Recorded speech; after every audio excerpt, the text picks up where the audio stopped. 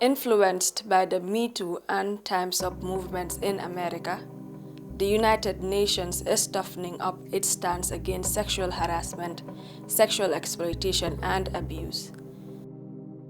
For this reason, it has adopted a number of unprecedented steps to address sexual harassment both within the workplace and in local communities.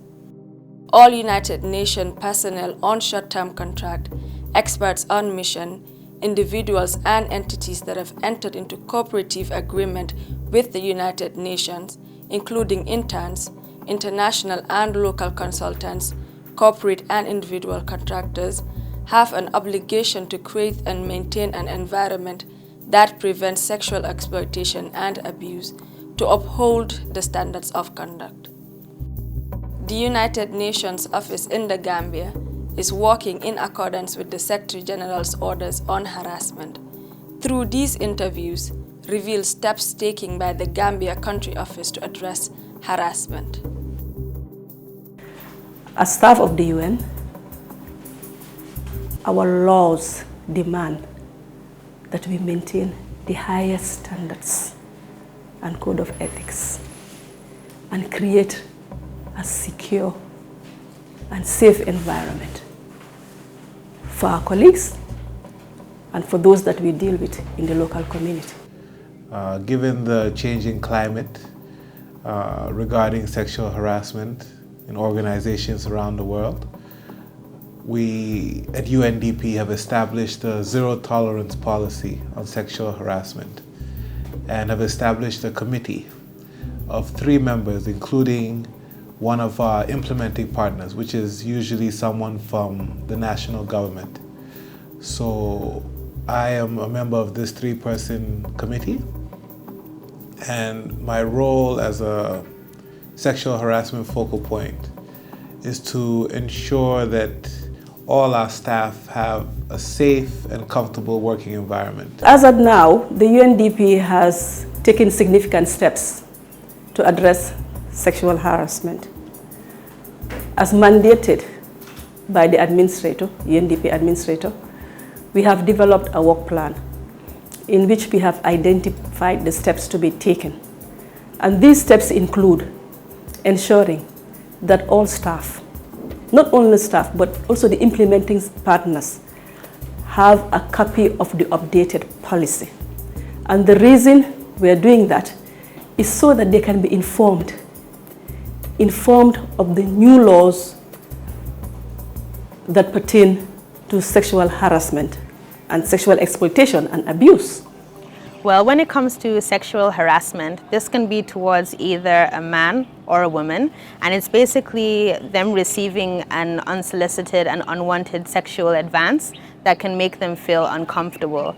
When it comes to sexual exploitation and abuse, this is an abuse of authority for sexual favors or to make sexual gestures which are unwelcome, and both are not accepted or tolerated by the UN. There's a level of lack of awareness in what harassment really is. So if you look at our societal settings and cultures, there are certain attitude that people do that we tend to be normal, which actually another person is being harassed in the process. So I think people need to be aware.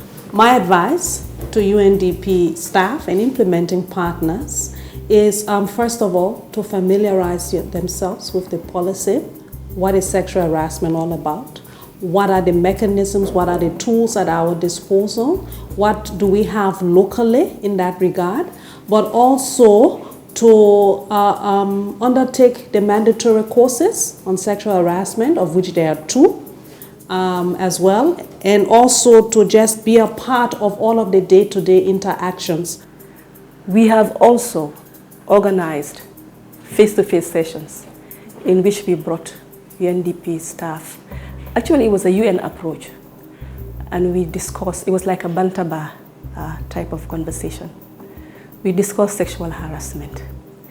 You would find out that face-to-face helped create the forum for people to come out and discuss what is considered a very sensitive issue that is shrouded in a culture of silence.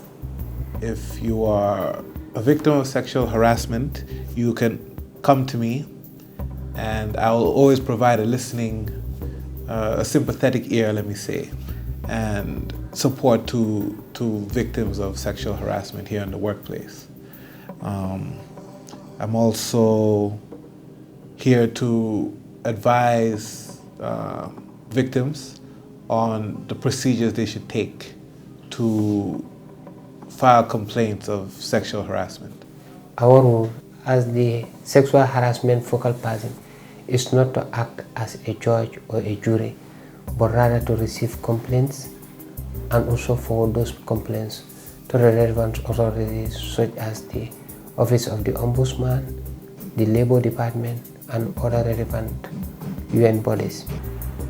You get informal, as somebody working in gender, you get informal information about its occurrence in the workplace. It's not an exception.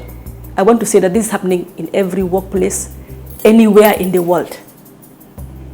I feel like when it comes to sexual exploitation in the workplace, particularly for women from certain cultures, they don't report it as often because they feel like it's normal behavior or behavior that isn't uncommon. So why report it?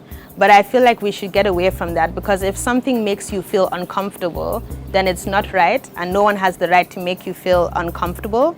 So typical examples would be being approached within a meeting, sexual advances being made towards you, or derogatory comments. Those are not acceptable. And sometimes, or oftentimes, women do not feel the need to report it because they feel intimidated by the people that are attacking them in these ways. Or like I said, they just feel like it's societal norm. But again, this should not be the case. So it comes with a cultural shift, this whole fight against sexual harassment, and particularly when it comes to the dynamics between men and women in some countries. We need to completely shift our mentalities. I have worked with victims, in my line of work, who were harassed. And it's not a pleasant sight. It's very traumatic. And if it is allowed to go on unaddressed, we cannot create that safe and secure environment for women. We can learn from what is happening in America, in Me Too movement and Times Up outside the world. This is happening in every workplace, anywhere in the world. Whether it's civil society, whether it's private sector. So it cuts across. There's no exemption as far as that is concerned, as far as I know, which is why we need to be concerned.